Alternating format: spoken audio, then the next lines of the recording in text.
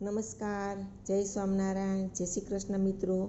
આપણે આજે ઠાકોરજી માટે ચીકુ શેક બનાવવાનું છે. તો અત્યારે પુષ્કળ ચીકુની સિઝન ચાલી રહી છે. બજારમાં ખૂબ જ સરસ ચીકુ મળી રહ્યા છે. તો ચીકુની છાલ ઉતારીને તમને બધાને ખબર જ છે ચીકુ જ્યુસ કેમ બનાવવાનો છે.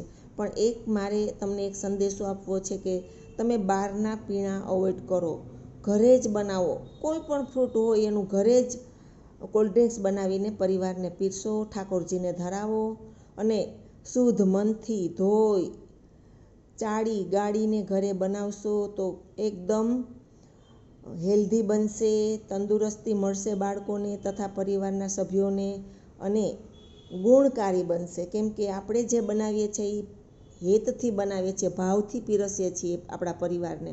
તો એ બનેલું છે આપણામાં કહેવાય છે ને કે જેવું અન્ન તેવું મન.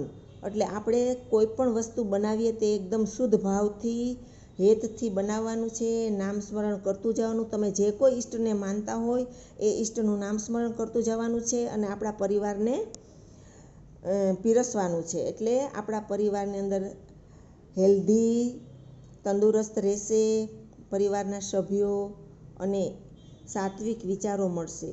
તો તમે બધા પોતપોતાની ઘરે કાંઈ પણ બનાવો તો પહેલાં તો નામ સ્મરણ કરજો, પ્રભુને ધરાવજો અને પછી પ્રસાદ રૂપે આખા પરિવારના સભ્યને પીરસજો. તમે જોજો અઠવાડિયામાં શું પરિણામ આવે છે.